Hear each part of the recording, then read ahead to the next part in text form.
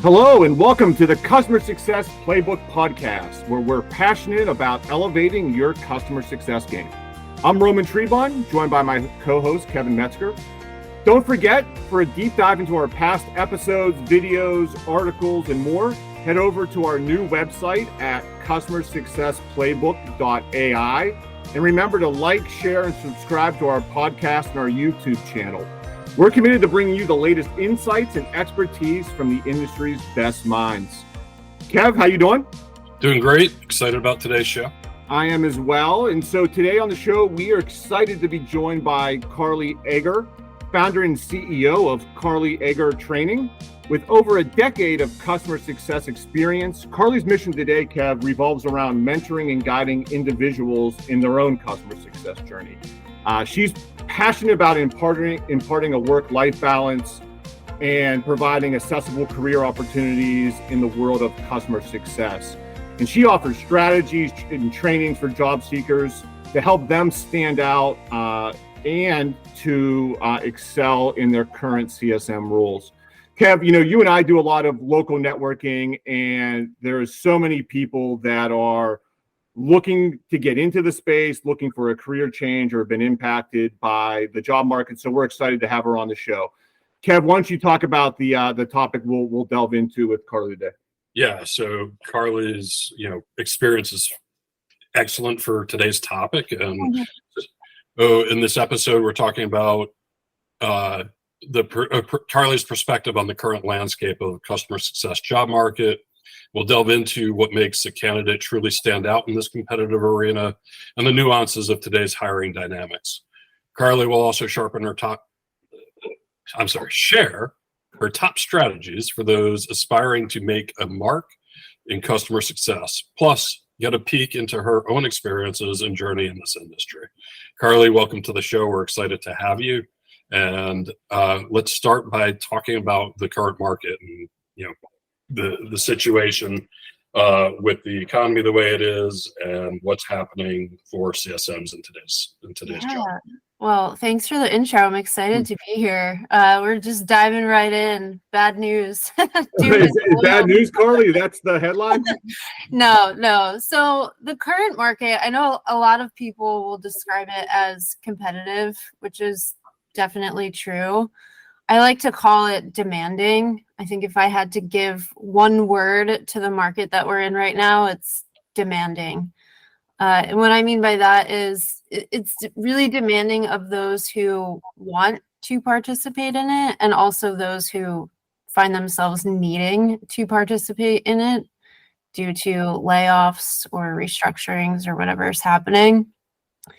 It requires a lot of patience that most customer success professionals have been lucky enough to not have to really be patient in a job search, right? You think as early as 3 years ago, you could switch on your setting on LinkedIn to say, I'm open to work, and you would get recruiters just flooding to you if you had even a year in customer success.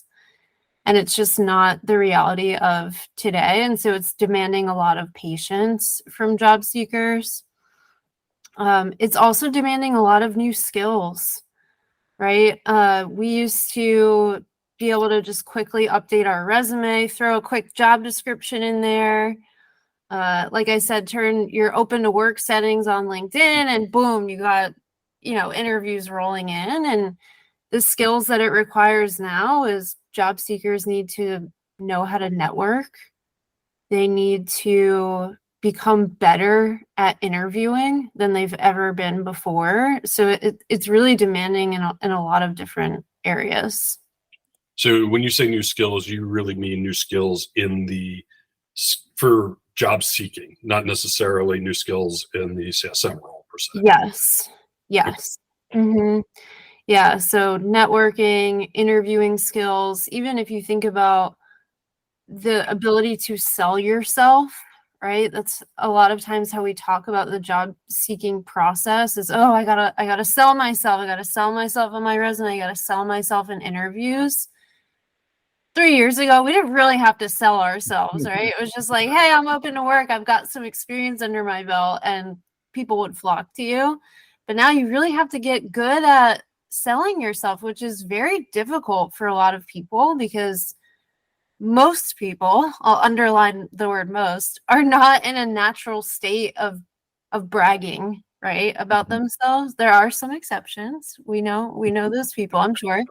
But for most people, that's not a natural state. It doesn't always feel good to be in a state of bragging about yourself. But in this job market, that's what it demands. If you're not selling yourself, then someone else is, and they're going to be the one that gets the interview or gets the job offer. Yeah. So, Carly, real quick, Kev, and we hear this a lot, Kevin and I, as we talk to others in the field, and I'm sure you do, is, I saw this customer success job posting, and there's already 1,000 people applied, and it's overwhelming, and it's yeah. So for someone that finds themselves new to the job market, where would you recommend, like, where should they start? Like, what it seems like overwhelming because it's so competitive and there's a lot of people looking for customer success jobs. What's the first thing I need to be doing if I find myself in a position to get back into the market? Yeah, a lot of people aren't going to like this answer because it's not very sexy. But truthfully, the first thing you need to do is self-reflection. And self-reflection is very simple, right? It's literally just thinking about, what am I good at? What do I want? What have I done? What accomplishments do I have? What skills do I have? So it's simple in theory because it's really just reflecting. It's not always easy though. And a lot of people try to rush through it and try to just say, let me just throw some things on my resume, quick throw some stories together for my interviews. But you have to be super intentional about the stories you're sharing, the skills you're sharing, the roles you're looking for, right? So I would say that the first step is take some time to really self-reflect on all those areas. And then more tactically, of course, it's getting your resume up to par. And I think where a lot of people go wrong is they spend way too much time on their resume. Traditionally, when you think about a job search, you think resume, right? That's my ticket in. That's how I get my foot in the door. But when you're in a market like today's, doesn't really matter how incredible and amazing and perfect your resume is. Statistically, it's still going to be less effective because there are so many resumes in the pile, right? So I would say don't spend all your time on your resume, get it to a really, really good place, and then you should be investing most of your time on networking. And so from that perspective, the strategy is get somebody to help introduce your resume as opposed to just blindly submitting your resume. Is that what you're recommending? Yeah. So there's different times that you can network. The way that you're describing it is what we usually think about with networking. It's let me try to get a connection, have that connection bring my resume in for me. So I call that proactive networking because you're actually networking before you apply. You can also network reactively. So after you apply to a job, you can then try to go influence a decision maker, right? Try to get them excited about you as a candidate so that they can then go say to their recruiter, hey, we got to bring Kevin in for an interview. And Carly, on that networking, and I like that. I've never heard that, the proactive versus the reactive kind of networking. And I guess on either front. What is the bet? Is it obviously utilizing like maybe your LinkedIn first connections to try to get into an organization to make it? What about like I've heard people that are like signing up for LinkedIn Navigator and sending recruiters a bunch of messages. Like, what's the best way to get in? Is that effective? Am I rubbing people the wrong way if people do that? Like, what is the strategy either on proactive or on the reactive front? Yeah, that's a really good question. So the way that I look at networking in terms of who you're networking with is on a maturity scale. So if you are brand new to networking, it's always great to start with first degree connections, whether that be past colleagues, friends, family, family, friends, whatever it may be. That's a great way to kind of dip your toe into networking, because for a lot of people, it's new, right? It's like this new, scary, uncomfortable thing. So I would say that's kind of like the first phase of networking. If that works for you, you're very lucky. Because in today's market, it usually requires that you mature your networking a bit and start dipping your toe into other ponds. You mentioned recruiters, which I'm glad you brought this up. It's another thing where that used to work 3 years ago.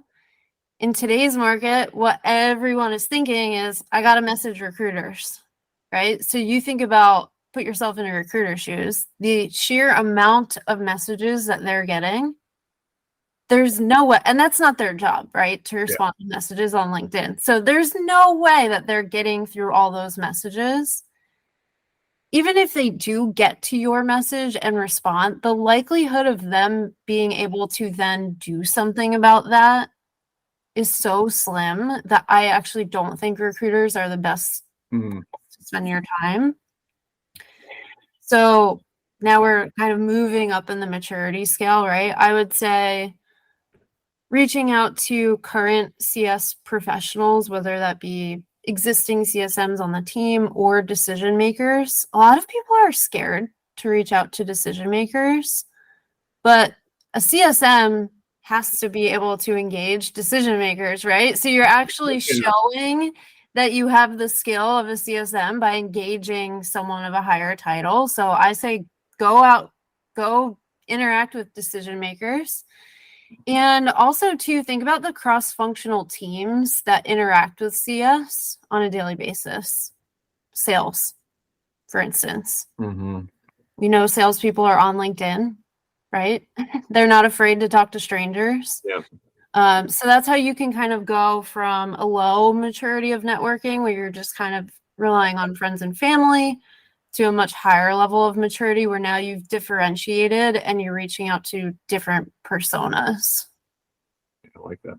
It's kind of like your customer segmentation, except it's personal customer segmentation. Exactly. Yeah. And that brings up another point too, which a lot of people, again, networking is so new. So a lot of people just haven't learned how to network. When you're networking, it's actually a really good opportunity for you to show like, hey, I have the skills that you want in a CSM, right? I mentioned like engaging an executive decision maker. That's one skill you could easily showcase. But by reaching out to someone in a creative way, you're showing creative problem solving, which is something that CSMs need to be able to do. So you can also use networking as a way to make yourself stand out just by showcasing your skills. Yeah. And Carly, let's say I mature my networking and I get to the right level of people. Yeah. From what you're seeing or hearing, are there certain skills, and now I'm talking about customer success skills. Like I know you talked about, the ability to engage with higher level decision makers, right, is a skill that's essential. What other skill, are there certain skills within the CSM space that you're seeing hiring managers, gravitating more towards, like, hey, we really want these bucket of skills for our CSMs or our CSM leaders as opposed to maybe stuff that's not resonating as much? Yeah, it varies from company to company. It usually depends on the stage that company is in. One thing that I have noticed recently and is super interesting, just given like the conversation around what do we look for in a CS candidate. Historically, there was always kind of the argument of, are we looking for someone with domain expertise or are we looking for someone with hands-on CSM experience? And it was kind of looked at as, I can have one or the other, right? What's interesting now is employers have the luxury of having both.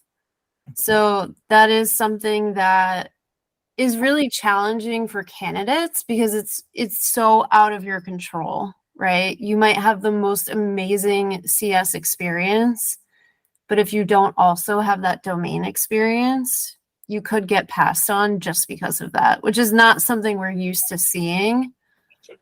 Interesting. I actually don't know. As a leader in the field, I don't know that that's a good thing. Bring in experience from external folks. If recruiters are doing that in the first screen and screening for people who have experience in my field, that's one thing. But then I'm not growing the diversity of my team from an experience standpoint, which is interesting. And I'm sure I recognize that's likely happening. And it may be something for leaders to consider talking to their HR about, to decide whether it's something they really want to do and filter out. Yeah, I would say the most common objection that I'm seeing after a final round interview is, it was really close. We decided to go with the one person who also had domain experience. Yeah. But I agree that it definitely creates a diversity problem. So Carly, maybe we should have. I know we jumped right into the market. We're so anxious to hear about the market because it's such a topic, right? But you kind of are now like customer success people trying to land their next job, right? But you come from a customer success background. Can you talk a little bit about your background in customer success and how it's led you to kind of helping people find their next opportunities today? Yeah, we did kind of like dive right in there. We were anxious. I'm sorry, Carl. We were anxious. We had you on. Like, we got to get about this job market. It's all good. So I actually started my career in sales, like a lot of customer success folks. And this was back when customer success didn't quite have its own identity yet. So we were still really being called account management. And then we started to spin off and have our own identity right as I transitioned from sales into customer success. Like a lot of sales folks who find themselves wanting to transition into customer success, I had all of the same, I think, qualms with sales and also the same interests. So a lot of folks who move from sales to CS feel that the relationship they have with clients is transactional, right? Like you spend so much time uncovering their needs and presenting solutions, and then you get them all excited and they're like, oh my gosh, we have the perfect solution. And then it's like, bye. And you don't get to actually see any of it through. Yeah. So I found myself wanting to see that through, right? It's like, I've done all this hard work. Now I want to make sure you get the outcome that we promised you. And I really enjoyed working with clients. I did not enjoy hunting. That was it's a great skill, I think, to have. I think everyone at some point in their life should learn how to do that. But it wasn't my strongest suit and I didn't love doing it. And so it naturally made sense for me to continue working with customers just in a different part of their life cycle. Yeah. Yeah, I think the hunting thing is, I love that. I think people should always spend a little time hunting, spend a little time working in the restaurant industry. That's like a master class in business from my perspective as well, right? Yes. Things you should check off your like employee career bucket list, right? Is people do those and understand how hard it is, because you do strengthen your skills doing it that way.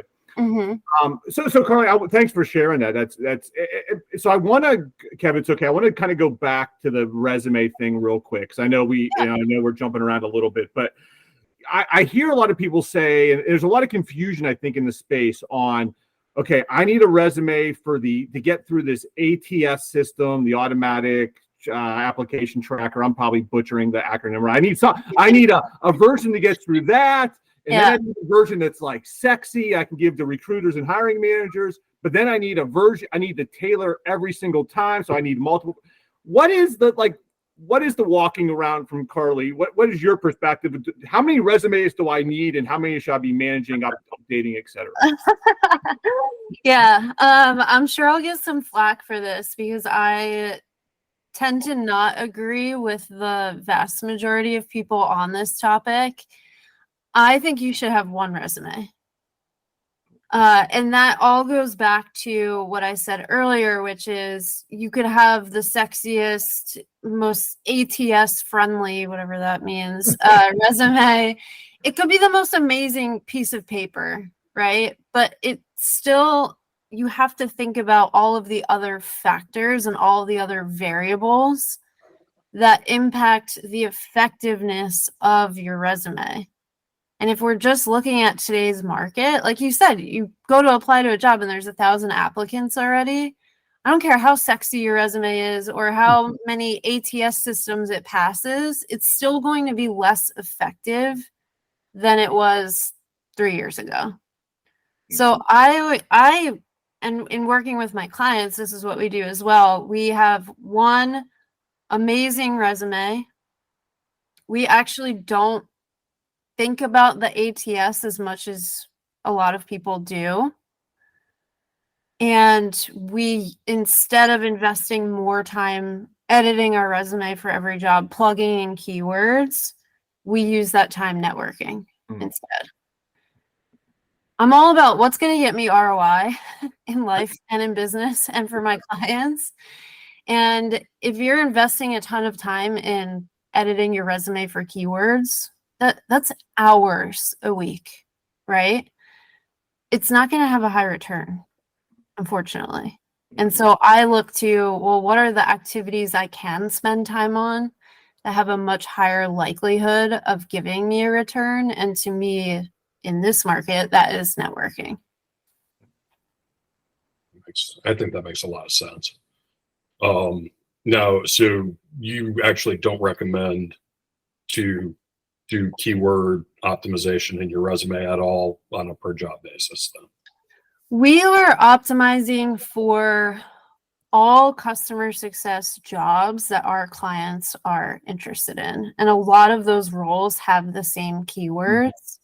So if we can have one resume that is optimized for the vast majority of roles, I'm good with that.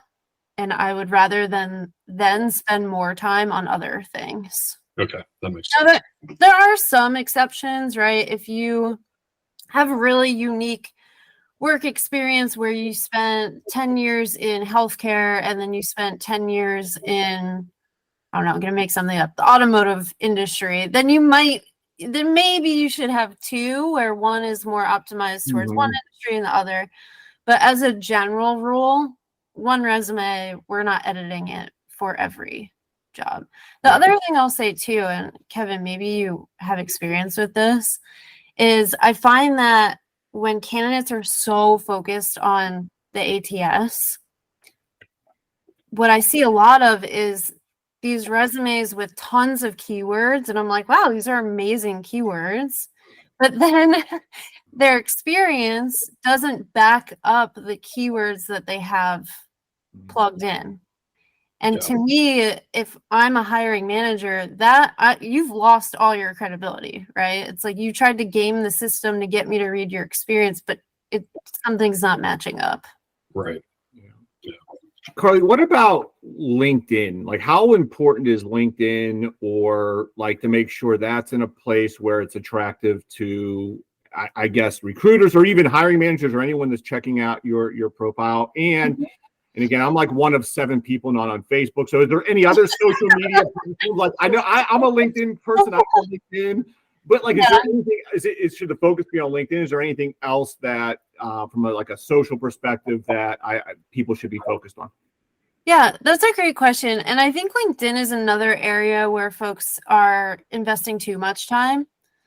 I've heard folks who have paid people hundreds of dollars to update their LinkedIn profile. I just don't see the return on that investment in this market, right? If we're, again, talking 3 years ago, sure, a lot of recruiters were out on LinkedIn looking for the perfect candidates, trying to poach people. That's not happening as much today when they can post an open role and get 1,000 qualified applicants in an hour. So if you're looking to update your LinkedIn, I would say the bare minimum, you should have an up-to-date profile picture.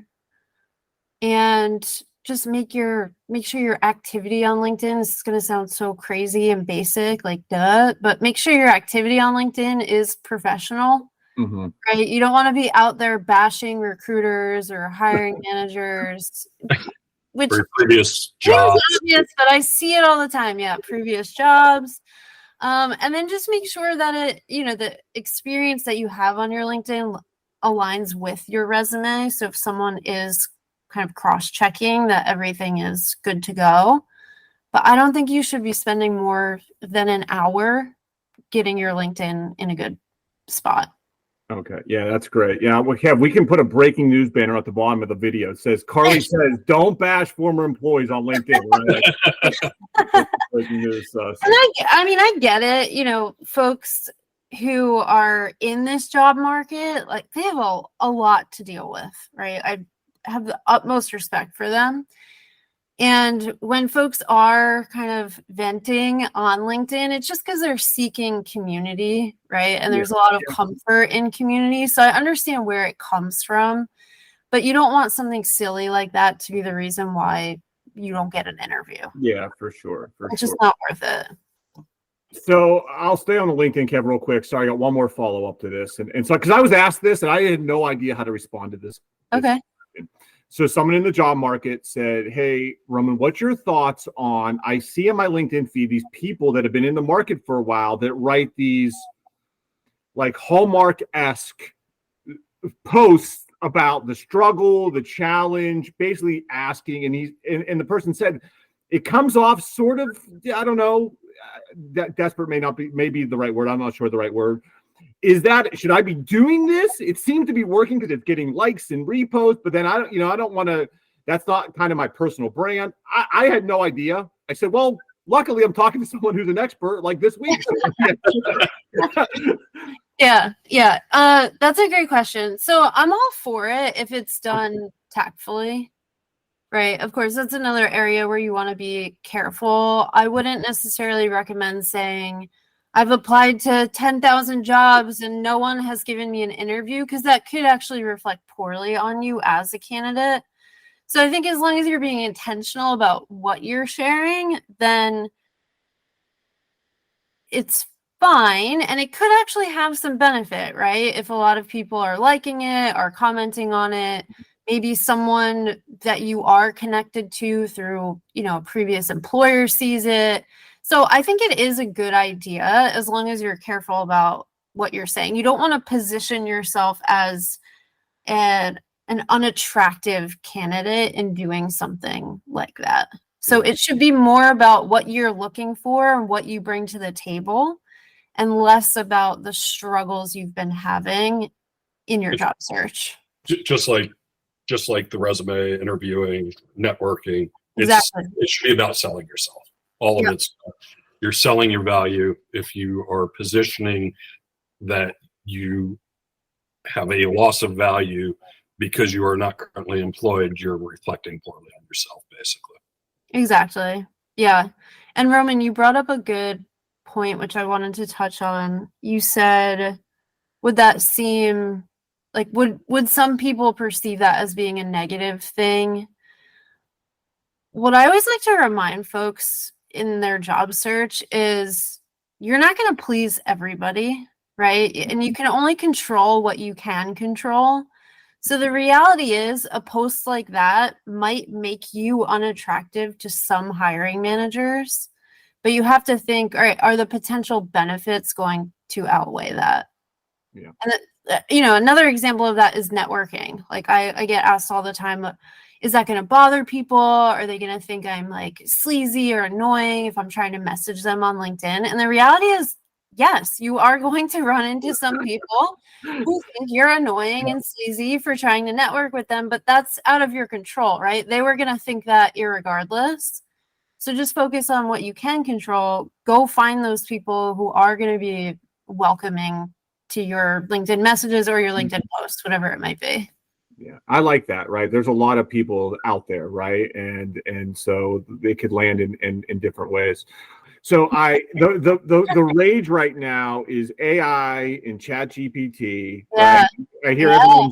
I hear everyone say, and there's a lot, right? So I'm going to put my resume and have ChatGPT revise it, or I'm going to use it to do research on a company, or I'm going to use it to prep for an interview. I from your perspective, like where is there value in using AI? Maybe is there a fine line between maybe too much and not enough, or how should people be embracing that technology as they're looking for their next career opportunity? Yeah. You might not love this question. I mean, you might not love this answer. I don't talk about AI much because I only like to share what I have data to back up. So things that I've been testing for years over hundreds of people, and I know that it works. But I think the biggest mistake that I see with AI and job seeking specifically is when folks try to leverage AI to inform what they're going to say about themselves. I think that you can use AI if you're trying to refine how you're going to say it. So, in other words, let's say with a resume, right?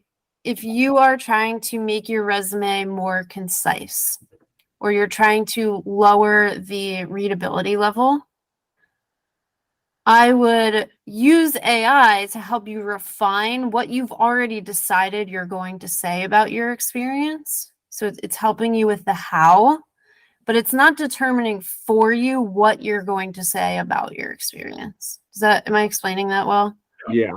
I understand. It's a refinement as opposed to like a creation, right? I'm not using it to write what I need. It's help me maybe just tweak it or get it to the place I want. Yeah. It really can't manifest what you've done, right? Right. And the last thing you want to do, right? The job seeking process, I always break it up into two phases. The first phase is visibility. First, you got to get noticed. The second phase is credibility. Now it's on you to sell yourself. If you're relying on AI to dictate what you're going to say about yourself, that's going to come through in an interview so quickly. If someone starts peppering you about questions about things on your resume that you didn't write, that AI wrote for you, and you can't talk about it naturally, someone's going to see through that right away, and you've lost all credibility. Yeah. So to me, it's not worth the risk. And so, Carly, we've touched on a lot of topics, and we've probably kept you from helping people find jobs by keeping you so long. So, is there any topics or anything we didn't touch on that you would kind of lift up as people are either, again, entering the job market or have been in the job market, or maybe, like you said earlier, transitioning into the CS space? Yeah, I think that I would shine a light on something that not a lot of people talk about when it comes to the job search, and we haven't talked about it yet today, and that is the number one reason people are not successful in a job search is because at some point they become burnt out. Right? And of course, there are also financial reasons. Like you may get to a point where you're just like, I have to do something else in the meantime. But burnout is the most common reason that people stop pursuing, whether it's a new job because they want to move up in their career, or it's just a new job because they want to get out of a bad situation. And so we can talk all day about the tactics, like your resume's got to look great, you got to be networking. But if you're not taking care of yourself in the process, if you're not being mindful of, okay, today I spent 8 hours on my job search, like what does that mean for my mental health? Then you're going to burn out and you're not going to be able to sustain it.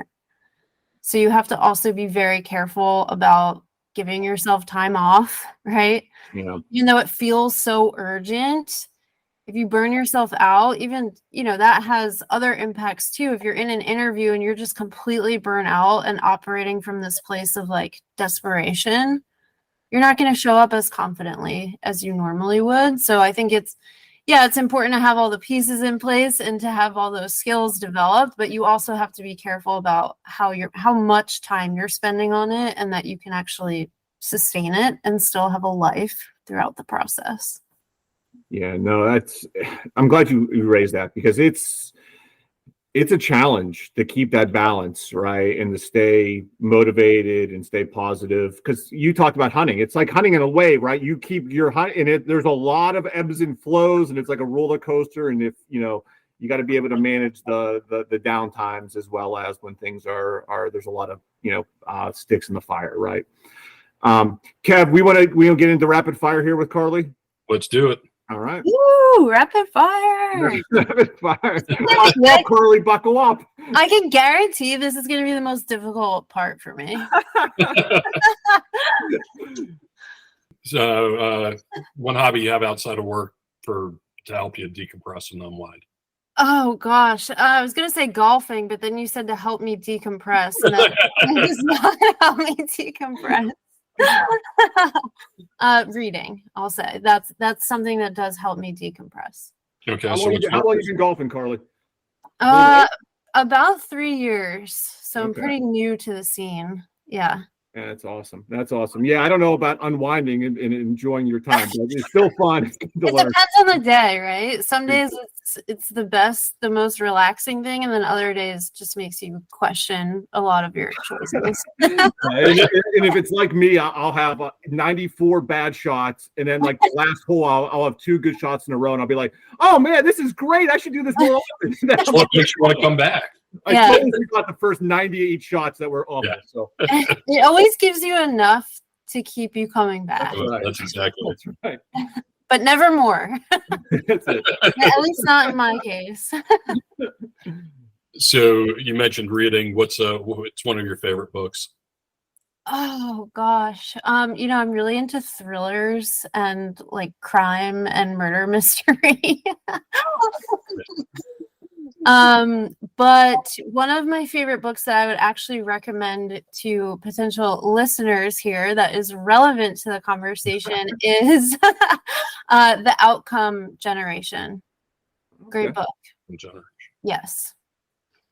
Cool. It's all about the shift in servicing customers as CSMs towards being very outcome driven, which I think as an industry we've all accepted, but a lot of CSMs who are in the day-to-day role have not yet had that shift. So I just think it's incredibly well done. Very good. Yeah. Early bird or night owl? Early bird. Yes. One place you'd like to go that you haven't been yet? Oh my gosh. I want to go on a safari so badly. Cool. Yes. So any particular place? Probably South Africa. Yeah. Very cool. Yeah. And last question, where can the audience find out more about you? Great question. So I would say LinkedIn is where I am most often. Always posting tips and trends and things that I'm seeing with regards to the job search in customer success. I also have a ton of free resources and trainings on my website, which is just carlyagar.com/freebies. Yeah. And Carly, we'll put this in audience. We'll put this in our links, our descriptions, our posts. So definitely check out Carly. You have a great website, and I know a couple of the free trainings you referenced is like how to nail that customer success interview, and so definitely check out these trainings. They are free. So Carly, first of all, thanks for joining us. This has been an awesome conversation. And Thanks really, for having me. yeah, and your insights are amazing. And I know there's a lot of people that are in a transition and navigating this market. So we appreciate you sharing your insights. All right. Well, that's a wrap for this episode of the Customer Success Playbook. We hope you found our conversation insightful and have a better sense of how to navigate the customer success job market and how to best position yourself. If you enjoyed this episode, please like, subscribe, comment, share it with your friends and colleagues.